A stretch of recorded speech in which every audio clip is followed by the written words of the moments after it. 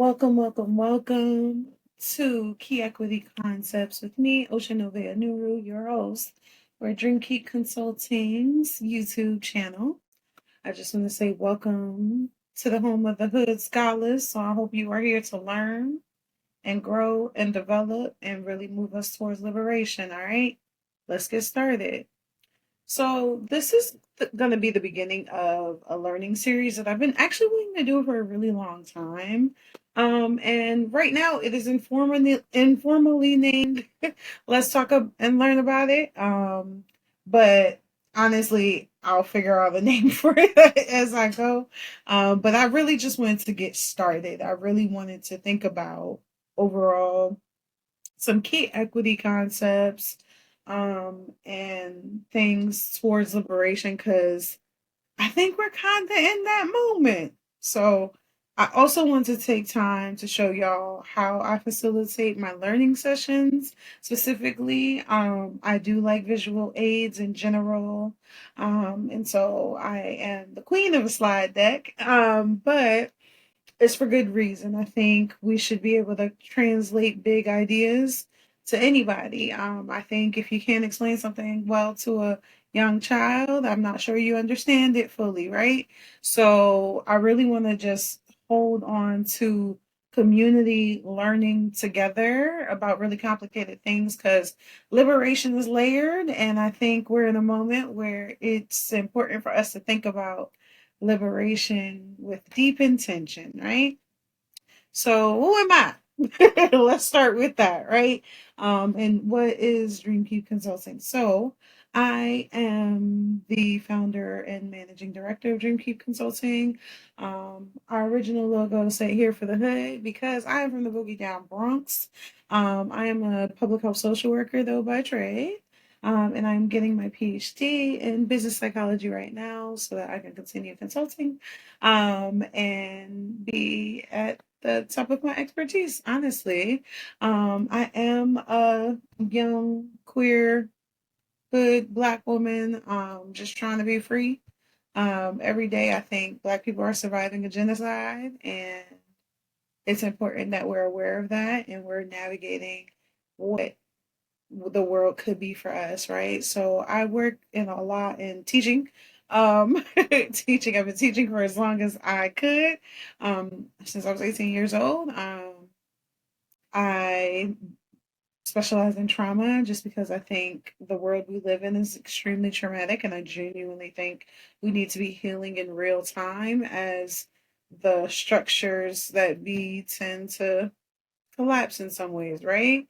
Youth Black youth are why I breathe, honestly. But adolescents and young adults specifically are my population of interest. I really like to work with organizations to be youth centered if they serve youth. And so making those practices and principles and the way youth experience your programs align, really important for me. And then I'm a project manager. I was a project manager before I knew what that was. So again, always been organizing things, always able to do all types of stuff. And honestly, I'm testing for my PMP soon. So hey, let's go, right? Um, that's me. I have a very complicated, rich story that I will be telling for the rest of my life because I think the amount of trauma I've survived is just phenomenal to be myself every day. And I think for me, it's just like I get the chance to build a life that is very unlike the life that I grew up in. And I love that for me, to be quite honest. I genuinely am just like, yeah, at this place in my life, we deserve good things. We deserve sweetness. We deserve joy for all we have endured. So you'll hear parts of my story because it comes up in my facilitation style. But I wanted to start this series on YouTube so that folks can experience some of my facilitation style, right? So Dreamkeep was created because I didn't feel safe in the traditional human service world. So I really wanted to create Dream Keep so that we could center and champion healing centered engagement to create learning opportunities that promote self reflection, community care, and activism towards liberation. We unapologetically embody authenticity to build brave spaces that invite transformative change processes in individuals, groups, and organizations. So I'm always going to shoot for change and deliberate transformation in whatever ways possible. And so we do that through customized workshops. This is a customized workshop.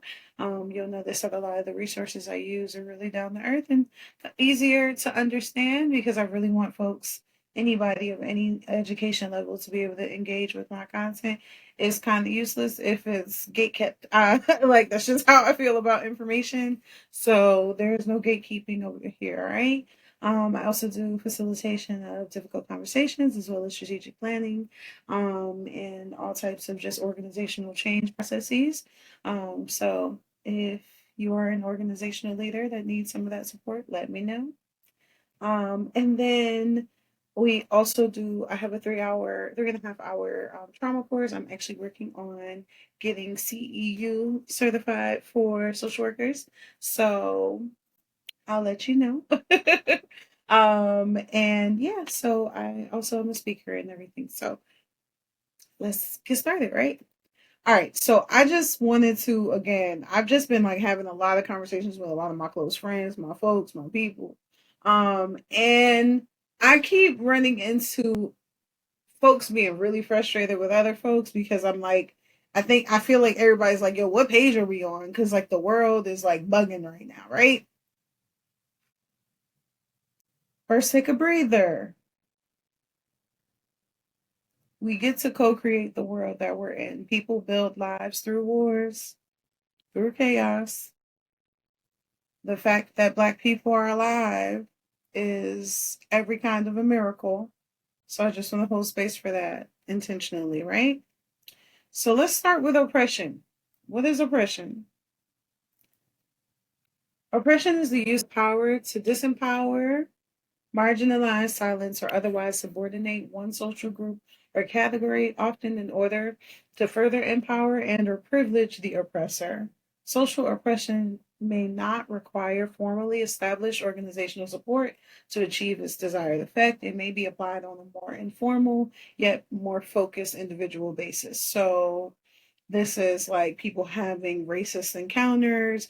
People call them microaggressions, but there's nothing small about being disrespected and blatantly mistreated. That there's nothing small about that.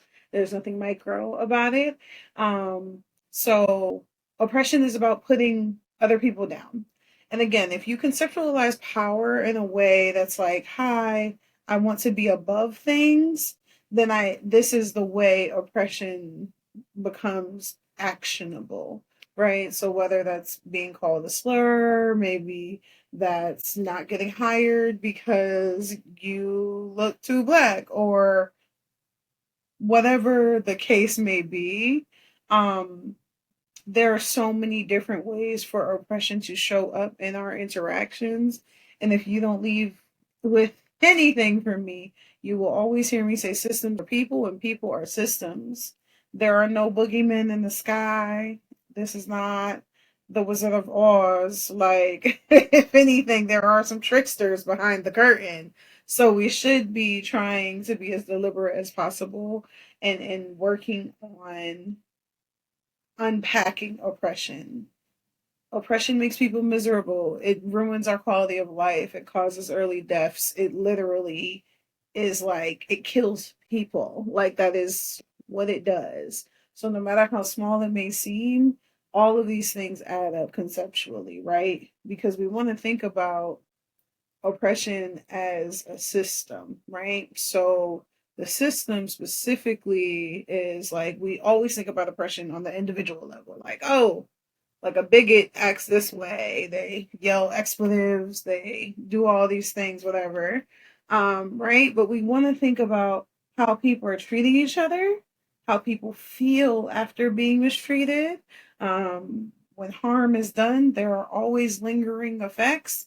And if you are within the bounds of an institution, like, or just the community, you have to think about what are the impacts of the things we are seeing, right? So right now, America went through a phase where it wanted to claim it was post-racial, for example.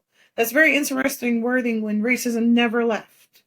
You can see the fights against DEI, you can see all these things in real time that work as a function of racism and oppression to make sure that folks do not have access to the same resources as other people. Those are institutional and structural, aka systemic levels of oppression. We want to be thinking about how is that actionable? How is oppression showing up in the spaces we are building and the processes we are trying to create, right? So, oppression is actually like it built from scratch from the moment you start breathing, to be quite honest. The systems of us learning to be people are called socialization, right? But with embedded within those processes of us growing up and learning hopefully to stand upright with integrity and good character, as Ifa would say, we want to think about all the little things, the little things your parents said to you, things your auntie said to you on the slick. Uh, did you get made fun of for certain things? Um, was there an aesthetic that you were supposed to match that you might not have that changed and transformed your experiences? What do people expect from you? Um, are people living vicariously through you? Like all of these things, like those pressures will create those experiences at the core, right? And then, like, when you grow up, you have to start going to school. You have to start engaging with all of these different mannerisms. You got to learn new manners and different experiences as you do field trips and go out and explore the world and stuff, like, right? You might go to a church or mosque or a synagogue or any house of worship. Because I genuinely think any space where you pulling together divine intervention in some way is a spiritual house, right? So what are you expected to embody to your community? How are you expected to show up? Um, Homophobia, for example, is an example of a um cultural kind of anti liberation practice. Like, if you can't hold space for people to be free in this way, you don't care about liberation in other ways. Liberation is an all or nothing kind of thing. So I just want to ground us in thinking about these isms, these phobias, like these things that limit the expression of human ability and capabilities. We are so capable of so much more than to be diminishing the lives of other people. If we are, again, moving with solid integrity, we should be wanting, if I can be big, I want other people to be big too. That, like, crabs in the barrel, well, somebody gonna suffer because I suffered mentality, it gotta go, right? It gotta go. But the way this stuff is enforced, the way it's pushed on you, do you get in trouble if you advocate for yourself? Oh, this was a big one for me, honey. And I had to learn to heal like that wound of advocacy. Like, no, I am living in a world that likes to lie and mistreat folks. Like, I ain't doing nothing wrong, fam. So, like, once I realized, like, it's the systems that are working in front of me that are blocking my access to things. I'm just trying to be great, and folks is moving crazy. Like, all right, fam, like, it's not me. It's like I gotta look outside of myself, right? And so, like, you want to look at who counts as a human in our current society. Black people do not, by the way. Like, we are constantly dehumanized in our current society, which is very much just defined by white supremacy culture, which I will be defining later in this, right? We want to think about, there are these concepts of, oh, this is how it's always been done. all that stuff. Like, we want to get rid of that shit, to be quite honest. Like, we want to get rid of that. We really want to make sure that, like, change is encouraged, that dynamic existence is what everyone wants. We want everybody to be fed, clothed, housed, right? We want everybody to be safe. There, we have psychology, biology. We know what folks need to survive and thrive. We know what human beings need. At this point, humans are creating oppressive structures. So, how do we make sure that we are combating that so that, again, everyone can live fulfilled lives? That's my dream. That's my goal for Black folks to live fulfilled lives where we're not always in danger. Like, that's it, right? So, like, that's what liberation means for me. So, it's just like, it's important that you're looking at these cycles, like, oh, like, this is tangible. Like, you can feel this. Like, this can give people autoimmune disorders. Like, you have to know that this kind of stress is embodied. It's not just a concept on a piece of paper, okay? So let's think about anti-Blackness, right? So, anti-Blackness specifically, the reason why I wanted to start with anti-Blackness as our first form of repression to unpack this, because it is pervasive. It is everywhere. It is in everything we do on this planet right now, right?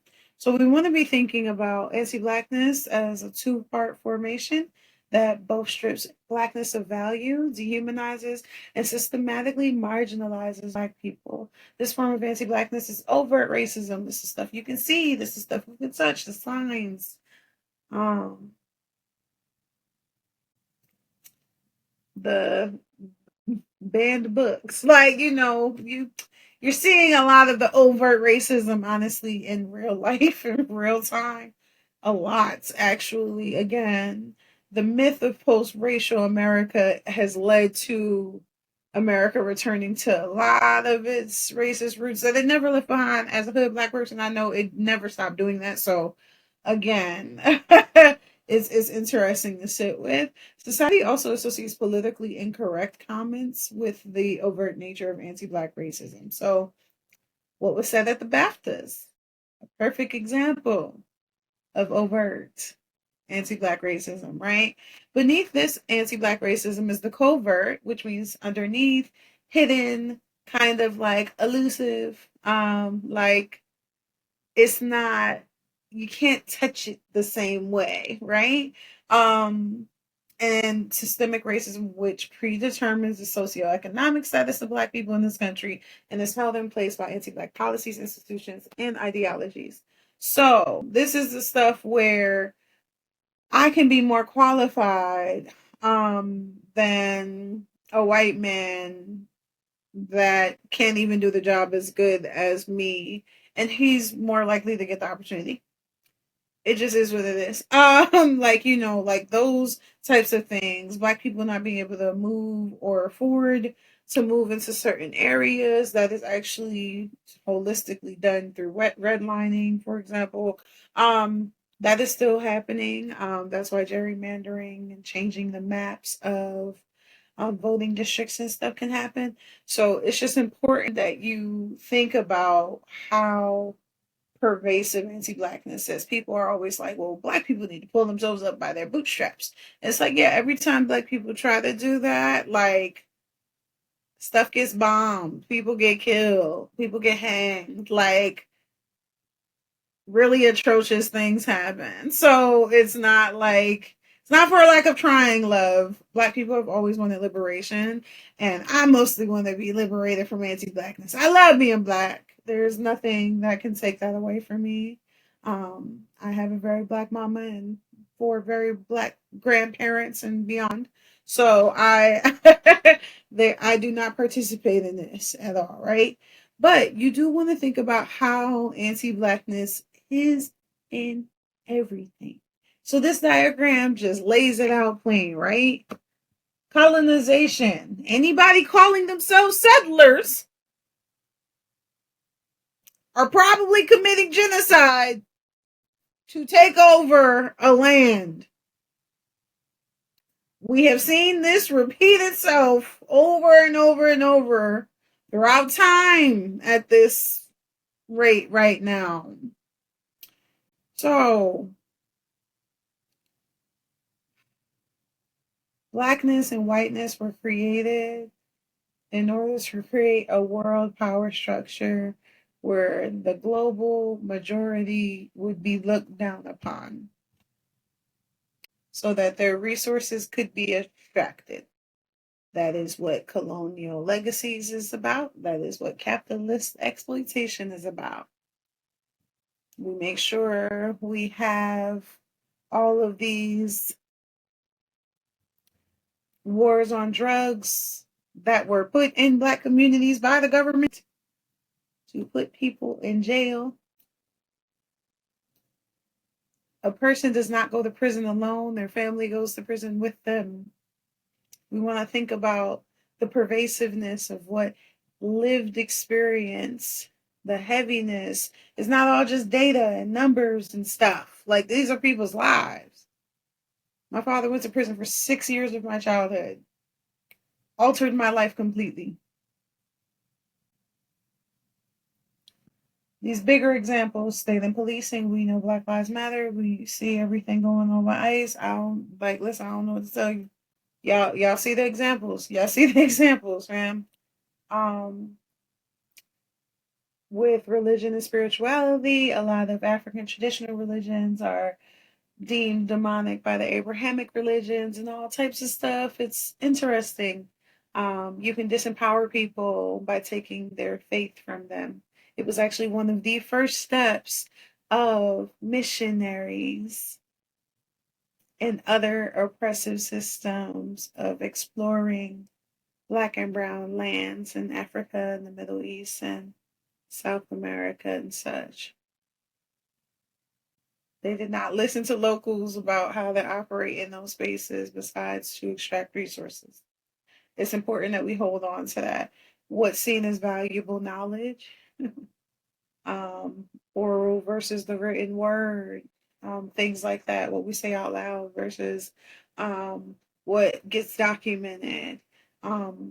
Whiteness documents its atrocities. Whiteness has always been very deliberate about documenting what it does to other people and justifying it. Whiteness will move the goalposts every time. This is why anti-Blackness and combating anti-Blackness has to be at the core of all of this, because people are willing to dehumanize Black people over and over and over in order to justify doing cruel things to the entirety of the world. You have to turn off a piece of your humanity to make sure that anti-Blackness functions well. All right? And then, we got the hair. I've been natural for mad long. Like, I've been natural since I was 18. Like, ooh, child. And I was only permed for a short amount of my childhood, about 8 years. So I don't. So we wanna all that texturism stuff, that colorism stuff. We don't. My mama got all shades of kids. I don't care. I don't care. I don't care. I don't care. Right. But again, we just want to think about, what do we see in the media? How are we moving through the world? Right? We want to be holistic in that witnessing. We want to really gather ourselves and really sit in these examples to make it plain, right? So let's think about intersectionality. Intersectional theory asserts that people are often disadvantaged by multiple sources of oppression: the race, class, gender identity, sexual orientation, religion, and other identity markers. Intersectionality recognizes that identity markers, like woman and Black, do not exist independently of each other, and that each informs the others, often creating a complex convergence of oppression. And what does that look like? That looks like this, right? So when we think about complexity, right? I love this diagram every time because there are layers to this. Like, I am a queer, pansexual, um, bisexual, borderline demisexual Black woman, cis woman. Right? I grew up uh lower middle class. I feel like we was hood rich when I was little, but then nah. Like after that, we after my father went to prison, it was money was real tight for a long, long time, right? And still still trying to figure out safety nets for myself and stuff like that, you know. So my class is definitely where it's at. But I have a lot of education. So that puts me in rooms and spaces that other folks can't necessarily access all the time or as easily. And it's important that we're like transparent about things like that. I am not an elitist black person.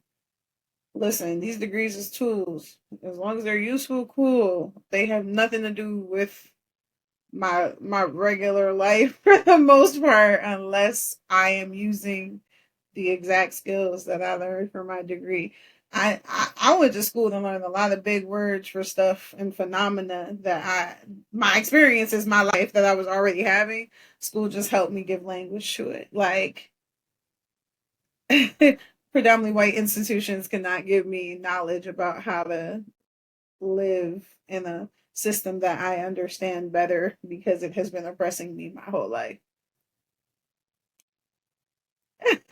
I also live with complex PTSD, right? So there are a lot of different ways for like all of these things to overlap, and you need to give yourself the freedom to also explore some of these things as well. Like you can't control your age, you can't control like a lot of times you can't control your class. Like, and if you can have upward mobility, it'll be a lot of years and a lot of work, right? So it's important, like, to understand that a lot of these things are kind of just like, bleh. It's put on you. Like, I'm black. Like, there's nothing I can do to take that off, right? I am American. I am not Latino. Like that's my ethnicity. Like I cannot say like I can't move those things, right? Um I feel like sexuality is a lot more fluid. I think everyone's on the spectrum, like you know, but like, mental health, neurological stuff, like you don't necessarily have control over these things. Are you disabled? I'm a big black woman. Um that's an interesting existence, right? So we really just want to like everyone has those points of discrimination and those points of privilege as well, right? So like I said, with education, I am very privileged. Ooh, them student loans is looking kind of crazy though right now because I wanted peace for my last degree. But and that's negotiable. Writing a dissertation is really hard, y'all. But yeah, so you really want to be thinking about how are like when I'm witnessing somebody, I'm witnessing like a full scope of a human being. Like you cannot think about liberation without giving people their full humanity. There's so many more layers than this. I actually have this one tool that I actually might put in the I'm probably gonna put it in the description link. Just because it is like so layered and there's so many identities to think about. And I'm so mad I can't remember the name of the tool right now, but it's okay. It's like a flower of things. But I will put it in I will put it in the description box, right? So let's think about internalized racism together. Now, when I first created Dream Key Consulting, a lot of people had issues with me using the word hood to describe where I was from and the people I serve, which is crazy because my thing is black like the racism in America has created black ghettos deliberately. So I don't understand why me calling it the name that my people call it instead of what the research literature, because the research literature that studies the oppression that black people experience in under resourced areas that have been forced upon them are called black ghettos. I call it the hood because I'm from the hood. Like I don't have to call it anything else because that's what it is, right? So internalized racism had people really upset that I was okay with being called ghetto and saying that I'm from the hood. Someone even tried to say that I called black children hood rats because I said I love hood black children. And I said, oh baby, you're bugging. Like, you know, so this is when I started realizing I had to learn what internalized racism was because I'm from the Bronx. I love being a hood Black person. Hey, you know what I wanted to say. I love being a hood nigga all day. I'm fine with that. Other people, because they have internalized what white folks say, or other people of color, because they are very racist as well. Um, they have internalized that stuff. So they have put that in them. Elitist Black folks don't tend to like hood Black people like me, especially highly educated ones. That's a them problem. Ain't got nothing to do with me. I love me. I love my brain. My mama was a brilliant person and never went to the higher levels of school. It don't really mean much to me. You can be intelligent in things you care about, all right? So just know, don't bring that elitist stuff over here. I am highly educated, but I am not one of those. I just want to make it plain. This is my regular personality. I just want to, again, take these complex topics and make them digestible, all right? So when people from targeted groups internalize myths and misinformation, it can cause them to feel, often unconsciously. So it's not even in their front of mind. They don't even know they're doing it. I've been witnessing this my whole life. That in some way they are inherently not as worthy, capable, intelligent, beautiful, good, etc. as people outside of their group. They turn the experience of oppression or discrimination inward. They begin to feel that the stereotypes and misinformation that society communicates are true, and they act as if they were true. Again, Black elites versus Black hood people and the way they talk down on Black hood people. I didn't make the divide. I just ran into it when I got to college. I was like, oh, you think I don't belong here? That's so interesting, because white folks think you don't belong here. Work on that. Like, not wanting to be associated with my kind of Blackness is some silly goose stuff. I hope somebody needs to unpack that. Please go unpack it. Just not on my side, baby. Right? So we want to think about these dimensions of racism. And again, so you'll notice something I do a lot in my trainings is I go people to people and self, people to people, interpersonal.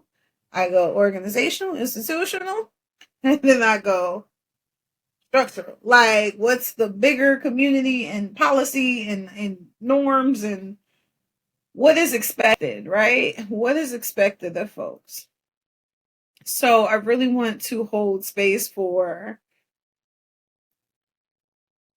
racism shows up even when we think it doesn't, right? It is going to continue to show up even when we think it doesn't.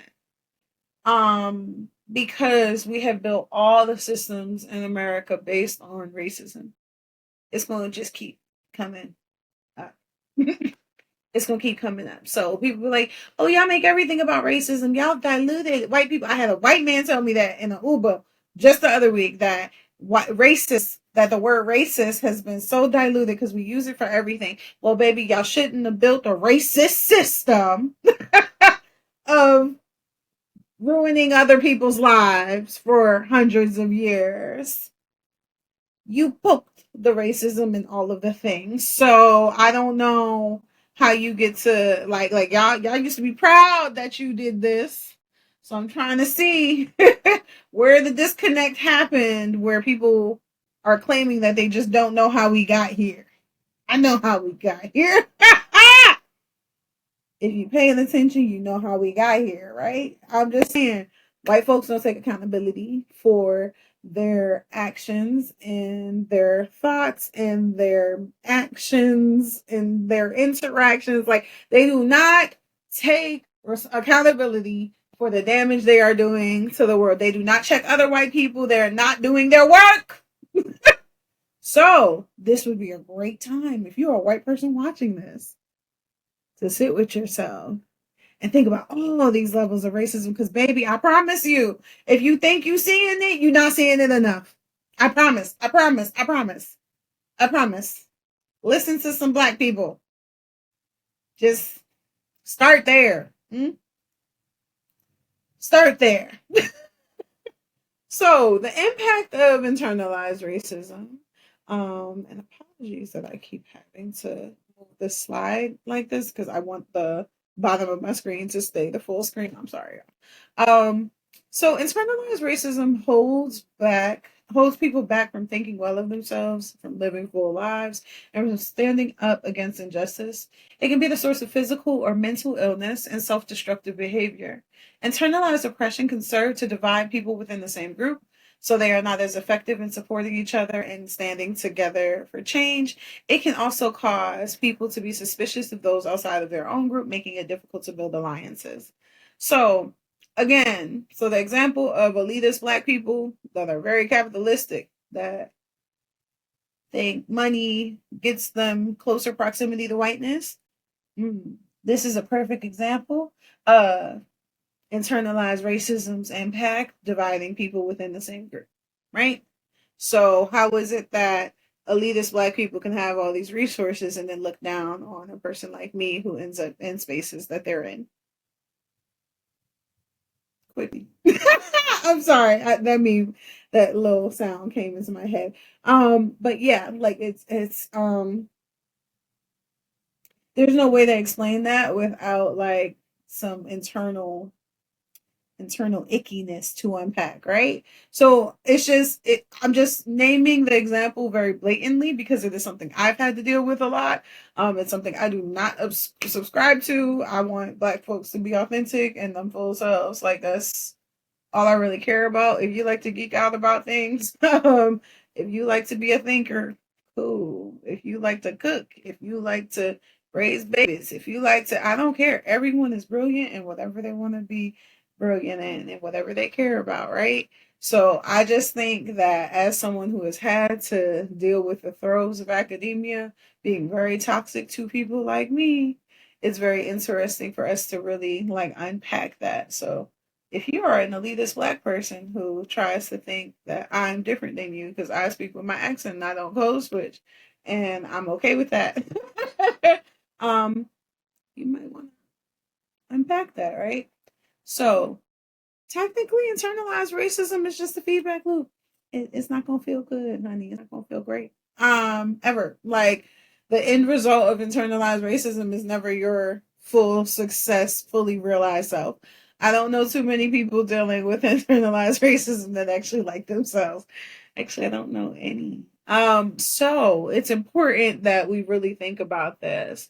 Um, there are policies, there are narratives, there is the residuals of colonization, um, painting Black and brown folks as failures, um, and trying to survive systems that are actively trying to kill them. Again, Black people, Black Americans are surviving a genocide actively. The threat on Black life has never ended the entire time we have been here, and a lot of us died getting here. So it's important that we hold space for the truth. So policies, like all of these things, like we can see how the government, even the electoral college is a really wonderful example of like how those covert and hidden ways where racism shows up and like gerrymandering, like changing how people vote. We saw that it's an example in the Texas elections recently, resulting in Jasmine Crockett's loss in the primaries. Yeah, so just know that class warfare, thinking that you are more important than poorer people, that's internalized racism. If you are of color, you should unpack that. I'm saying this lovingly, but also very urgently. We don't have time for that anymore. We need to really get to the liberation, loves, like for real. All right, so the good stuff, right? Let's do it. So white supremacy culture, woo, is the ideology that white people and the ideas, thoughts, beliefs, and actions of white people are superior to people of color and their ideas, thoughts, beliefs, and actions.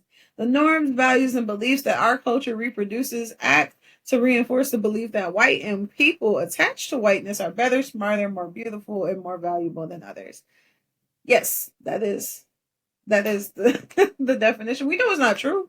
I don't think race is a social construct, biology based. Like we are pretty much all genetically very identical actually. There are very small mutations in our genes that result in the phenotypes and body kinds and stuff that we have, but the human race is definitely one race. It is. So we know that blackness and whiteness are socially constructed concepts so that we can like create power structures where black people were currency and white people could use their bodies to make them rich.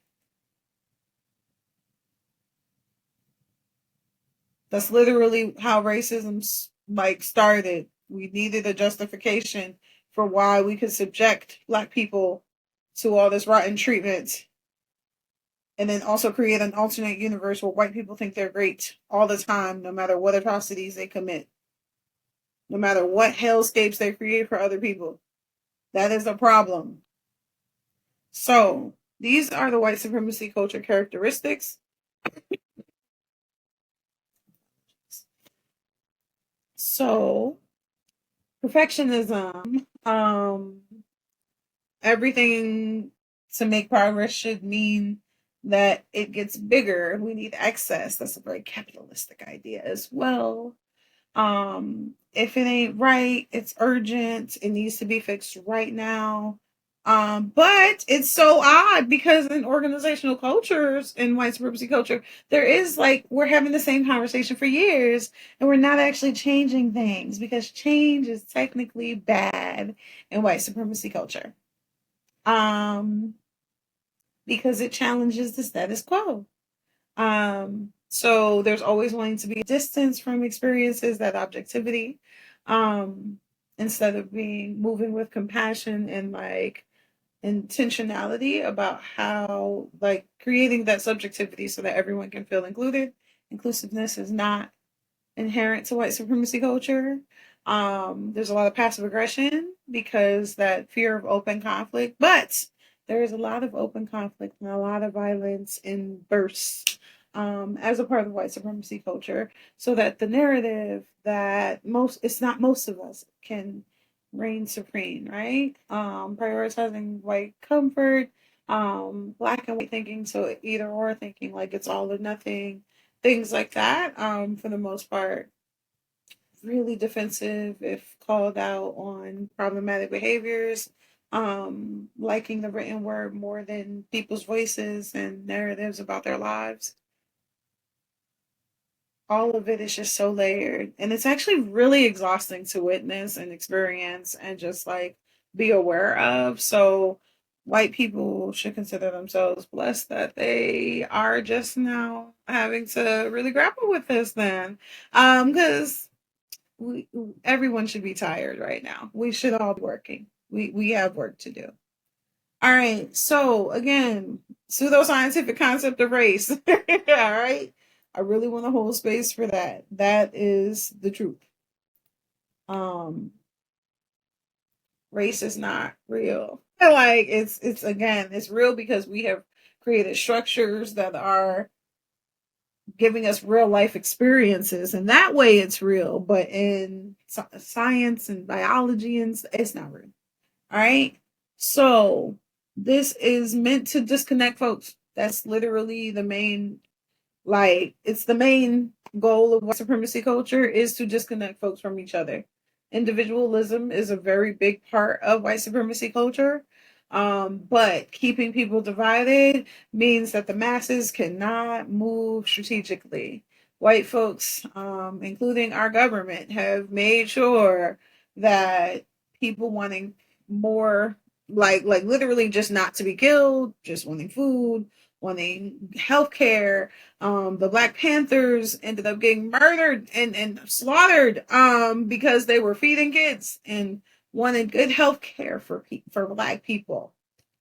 Come on, y'all. Like, we got to be real honest about this. Like, we really want to hold space for, like, oh my goodness, like, how are we actually going to get out of this. AKA, we have to challenge this at every turn. White supremacy don't care about the earth, baby. Like, we live here. People be like, oh, the world is ending. No, no, no, no, no. The world will end us. The earth will end us before it ends. Like, the earth has had way too many iterations of itself. Come on, baby. Come on with the biology and like all of the ologies, please. Science is telling us we will be gone before this earth will be loves. Like, I just want to be very clear.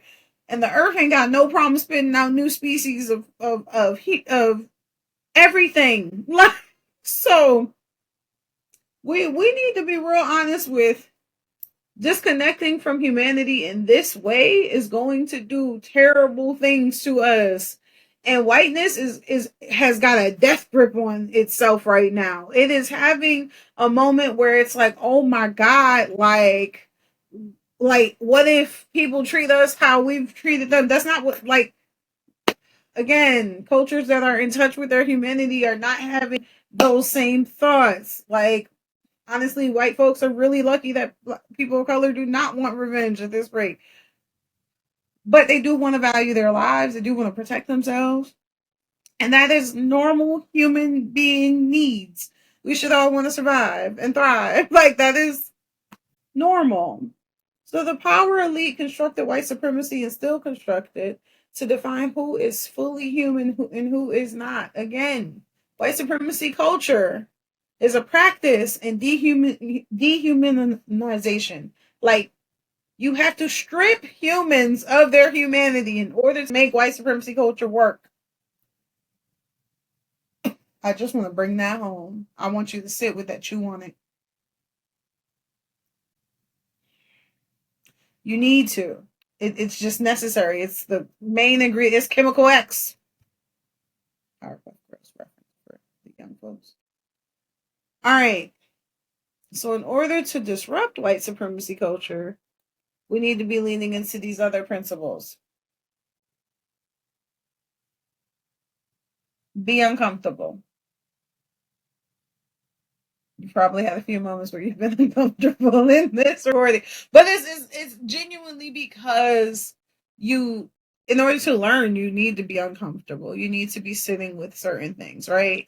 You need to be doing that work. Progress is layered and multifaceted. If the way you are doing things, and I actually do a lot of this in my consulting work, human services, if the way you are doing things is not working for your clients, you're doing it wrong and you need to adjust your methods. If your funders are saying that things have to be done a particular way, then you need to be advocating on behalf of your clients for why the funders should be changing the practices and policies of the thing they are funding. All of this stuff is flexible. There is no, this is just how it's been done. You want to embrace new stuff. Again, dynamicness. Both and. There's not just that either or. If there is urgency, you fix that issue, but there are core changes that can happen more over time. Radical change is possible. I think a core of white supremacy culture is that it claims to only implement incremental change. You can see that in the practice of law. I had a lawyer come to my last social work class of my social work career in my master's program. And he said, yeah, if you believe in radical change, this isn't the career for you. He was just like, you're never going to really get radical change here. And especially not in the legal system. He was like, yeah, it's meant for incremental change. And I can tell because like people that study policy and work in policy, they'll be working for the same changes for like 20 years. Yeah, but there are times in American history, especially where change is expedited because things happened. And often those things that happened are people dying. So it is important to know that white supremacy culture does not release any power, any of the power it has claimed without taking lives. So it's not just about disrupting white supremacy culture, it's about dismantling white supremacy culture, to be quite honest. Collaborate, be in community. Individualism will kill us. Know your people, people that adore you, people that look out for you, people that care about you. Hmm? Anti-oppression. So, I've mentioned all the icky stuff, right? So, let's think about if we're dreaming a little bit before we speak. Anti-oppression refers to all the ways an individual, community, institution, or system actively prevents, challenges, and ends oppression against other people. It means taking a stand against and addressing the ways that oppressed peoples are prevented access to crucial resources, let alone choices. It means addressing violence, abuse of power, and the ways people are manipulated, limited, controlled, silenced, incarcerated, and erased, and often coerced. It is widely understood that oppression in all its forms can cause mental, emotional, physical, and spiritual trauma to people, communities, and ecologies, aka the land. Trauma can cause deep, devastating, and sometimes irreparable damage, particularly when it is rooted in harms passed through many generations. So we really want to think about trauma as a individualized experience that can also be collective. So everyone that is experiencing trauma is experiencing it in their own way. Their bodies, their hearts, their minds are responding to it in their own way. But some traumas are experienced by people altogether.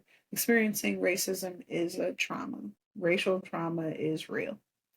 And so it is important when you think about post traumatic slave syndrome, for example, and all these other like institutional layers and systemic layers to oppression.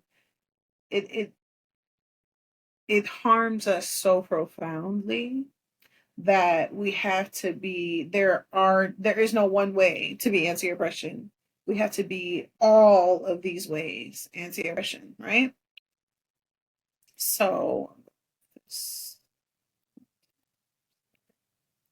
So this is a really cool diagram to think about. Some things to ask on the systems level to create these authentic, like culturally competent and inclusive spaces that we want to be building. So whether that's an organization, whether that's just groups that you're in, um, whether that's just creating a process for a project and things like that. You really want to think about the intentionality, the reflexivity is just means like reflecting. So literally like reflecting on processes over and over while you try things. And then reciprocity, what's mutual about give and take in these types of things, right? So are solutions being made with other people, right? Um, or are we having top down approaches? I don't really believe in hierarchy. I believe in some people have different knowledge bases. Some people are experts and niche in their knowledges and stuff, and we need assistance from all the folks. Some people benefit from services but do not understand the systems that create those services, and it's important that we bridge build to identify like knowledge gaps and stuff. That's my public health brain is always going to tap in right there, right? Um, how are we defining power collectively and with each other? I personally am working on my own definition of power right now because I do not believe that Black folks that have endured hundreds of years of terrible things and are still alive are powerless. That's not a thing. So for me, I do have a different conceptualization of power just because of the tormented things I've gone through, but still choosing life and knowing that there's a part of my power that can never be touched by anybody. And a lot of the abusers in my life were other Black people. So I'm saying this as like I think about power differently holistically because it is up to us to define power as we are navigating lives. Oppressive systems clearly have not stopped Black people's genius and offerings to the world. There is a lot of power in that, especially Black American culture is the most consumed culture in the world. So can't nobody tell me we ain't great and we ain't got no power. That's not real. But we can say that other forms of power are oppressing us, right? So it's important for us to think about the intentionality of how we're building space. Um, how will we hold space for each other? Are we able to have difficult conversations? What do we do to cool down when something is going off? Like, what do I need to learn? What do my folks need to learn? How do I help people move through hard things? So me recording this is me trying to be like, okay, well, how can I make sure I hold a space for people's learning? If I think there's a gap, can't complain about it if I ain't helping. How do I really make sure that I'm offering things that feel accessible, you know? So YouTube as my medium helps create access to things like this. So I really just want you to hold space for a lot of these questions. Feel free to pause and just sit with the questions. I think I'm always thinking about how organizational spaces can be powerful and impactful and deliberate in how they hold space within itself so that it can build systems with other organizations so that folks don't have to reinvent the wheel and get services out to people and things like that. But I think a lot of organizations and leadership do not think about these questions deliberately. So we really want to think about things like this. This is a framework to about created actually to create more equitable outcomes in STEM and things like that. So love these researchers' brains. Love that they brought this together, right? And anti-oppressive practice means recognizing power imbalances and working toward the promotion of change to redress the balance of power. Anti-oppression begins with how we uproot our own prejudices and calling to the surface oppression that may be unconscious. By having open conversations about oppression and its impacts, it can be easier for unconscious biases to be identified and addressed. We just gotta be honest, right? So let's think about transformative justice. So for me, I don't like offering new concepts without like, hey, here's some other actionable stuff that you can chew on so that like knowing that all of these systems are out there sucks. Like it is not a cushy thing. I think about systems of oppression all the time and I have to decompress from my thinking about them all the time, whether that's cussing and fussing with one of my best friends, whether that's me journaling, whether that's talking to myself in an audio journal, whether that's resting, like, baby, I'm gonna take a nap quickly, right? So I'm always gonna want to give tangible things that you can walk away with and be like, oh, okay, let's think about chew on some more stuff so that we can actually like think about like honestly, we don't change the world without transforming ideas, because that is what we are doing as a human race, creating ideas and experiences. So we really want to think about how do we change the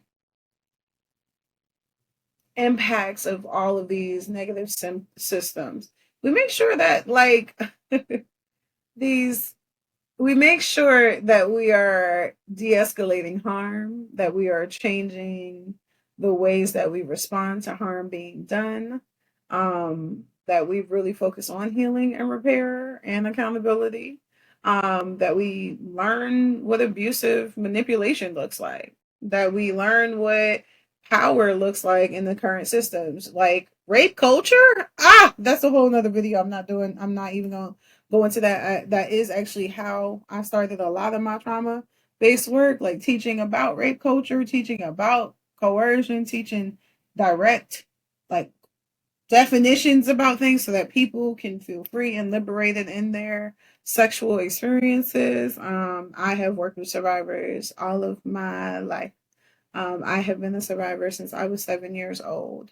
And so it is important for us to think about, what does safety mean? Define it for yourself. Define what safe spaces that you create, what those principles are. Sit with that. Create that. Transformation is over and over and over and over. You start doing things differently. Punishment don't really do much, honestly, but there do need to be structures for repair and harm in general.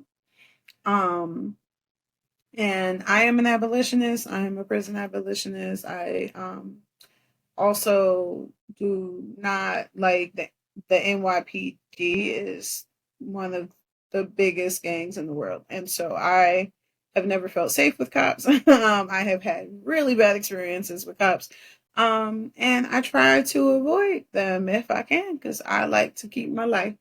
And I think I've grown up in a time where it's been very perilous about whether you can keep your life as a Black person if a cop is around.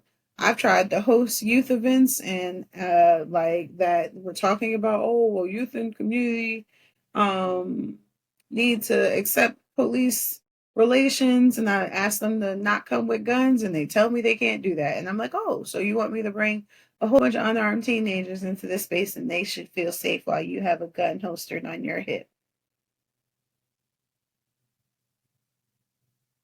We should sit with things like that, right? So again, I'm just pulling examples from my life as I have experienced them because I think it's important for us to really sit with humanity is precious, and how do we make sure that we are creating lives that feel good with each other um in safe ways, right? And so it needs all of this. Like it needs all of this. Your humanity is not negotiable. We shouldn't be like if we're dreaming on better, like we have to let go of some of these other things, right? So chew on this, please, forever.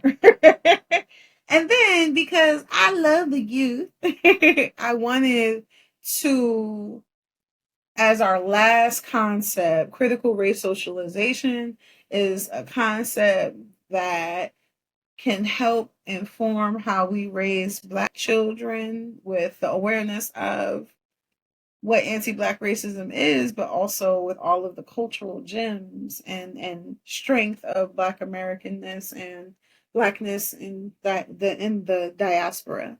So we teach at home how we want to be in the world. We push against stereotypes and miseducation. We make sure there's a village and love that down, right? We want to think about the cycle of liberation. Actually, that's a whole nother training, like that's a whole nother video actually, because that cycle actually kind of deep. But just like the cycle of socialization and oppression, there's also a cycle of liberation. There are plenty of steps. If y'all want me to explore that, tell me that in the comments. And then racial literacy. Can you notice things about race? In real time? Can you notice when interactions are racist or problematic? Things like that. And critical race theory is very particular ways of understanding racism and anti-Blackness and how it shows up in our world. So this is a really cool starting place to think about.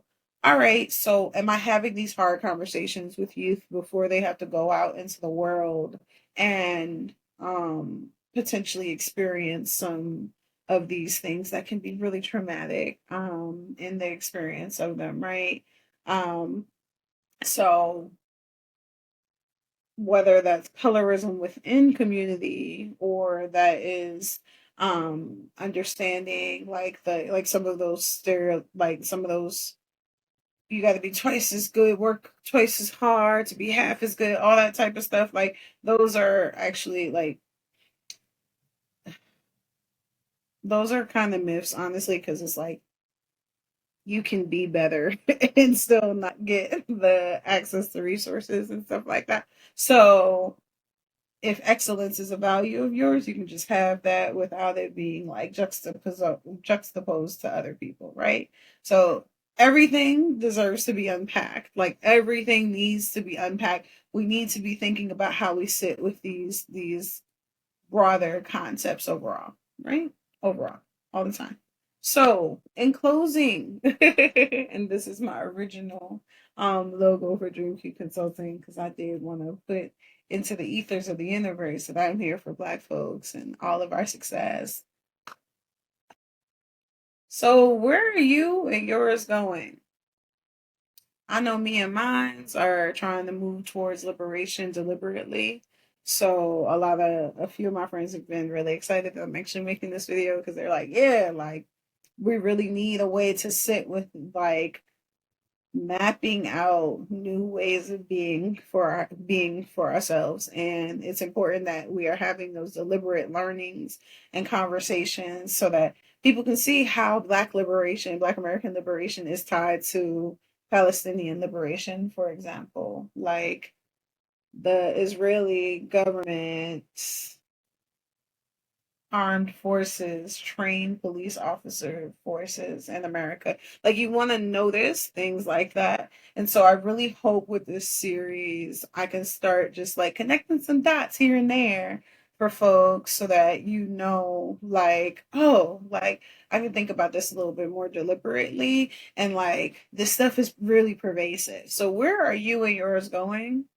Who are your people? What are your values? What can you stand for? What can't you stand for? So, for example, I know one of my things right now is everybody trying to act like pedophilia is somewhat okay. In the Black community, I've already had a gripe with y'all for a real long time about this. We got so many conversations to have. But, like, Black girls and women are sexually assaulted so much. And so it is important like that you know where your values are. Like anybody that can justify a child being harmed in such a deliberate way can't be in community with me. You're gonna have to be somewhere away from me because safety of children is one of my top values. I don't beat children. There's certain things that I will never ascribe to. So I know that if you're not willing to learn new ways of existing with youth, I'm probably not the community for you. So again, I'm encouraging you to think about in perilous times, it is really important that you think about, can you be friends with a pygmy who might put you in danger? Or some man? Or some institution? Yikes on a bike. Like, I want you to think about what the negative parts, but I also want you to dream a lot. What kind of world are you trying to build? I gave little hints of mine throughout this because I know a lot of what I don't want. So I'm starting to get into the part of my healing and my liberation practices where I'm like, well, what do I want? I want folks to be able to learn together and feel safe to ask questions and ponder about like how do we want to feel in our bodies every day? How would just like knowing that we're okay every day feel? Like, you know, like how do I help my nervous system know that I'm really, really safe? Like, how do I comfort other people in that way? You know, like, so I'm always dreaming on how can we make the sweetness of life more apparent, right? Um, though we know a lot of struggles, we also know a lot of growth and development and greatness and power and creativity, and just like, oh, you couldn't tell me nothing about my Black childhood, honey. I loved being Black the entire time. I've never had no doubts about this greatness, and my mama, a dark-skinned Black woman, gorgeous, fly. I was originally named after her. She passed away when I was 2 days old. So bless Rebecca Beatrice.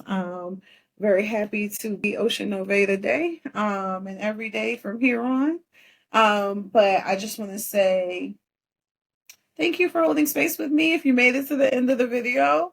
Um, and I hope you learned something. And I hope this gave you some stuff that you want. If you want like a resource list or something, like a one pager with a whole bunch of links of a lot of things so you can explore some of these topics more, put it in the comments and let me know that that's something you want.